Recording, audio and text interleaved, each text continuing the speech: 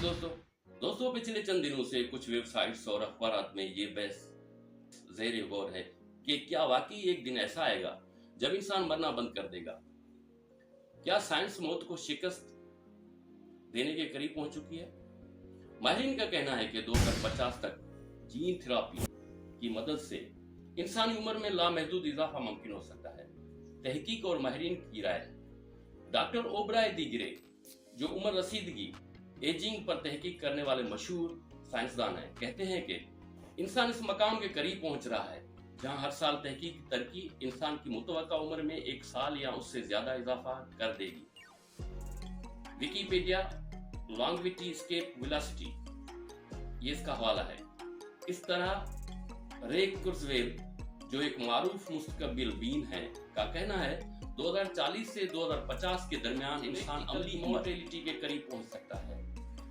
Popular mechanics ये इसका हवाला है। साइकोलॉजी टुडे की एक ताज़ा रिपोर्ट के मुताबिक जीन थेरेपी सेल रीजनरेशन और उम्र रसीदगी के जीनी अवामिल जैसे FOXO3 पर तहकीक तेजी से बढ़ रही है और साइंसदान उम्र को सुस्त करने के काबिल हो चुके हैं।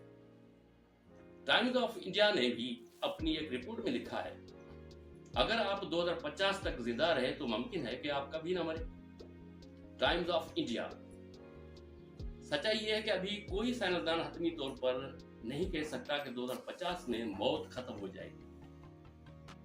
ये एक इंतहाई उम्मीद और हाइप से भरा हुआ दावा है।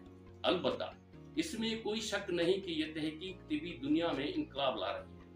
हम उम्र को रोक नहीं सकते, लेकिन इसे सुस्त जरूर कर सकते हैं और बुढ़ापे की बीमारी को खत्म करने के करीब पहुंच चुके हैं। शायद 2050 तक हम अमर इमोर्टल न हों, लेकिन हम यकीनी तौर पर आज के इंसान से ज्यादा तवील और सेहतमंद जिंदगी जीने के काबिल हो जाए, और यही पहला कदम है कुरान का पैगाम और हकीकी हकीकत। लेकिन कुरान पाक में अल्लाह ताला ने फरमाया है, कुल नफ्सिन ज़ायक़तुल मौत, हर जान को मौत का जायका चखना है। सूरह अल इमरान 185।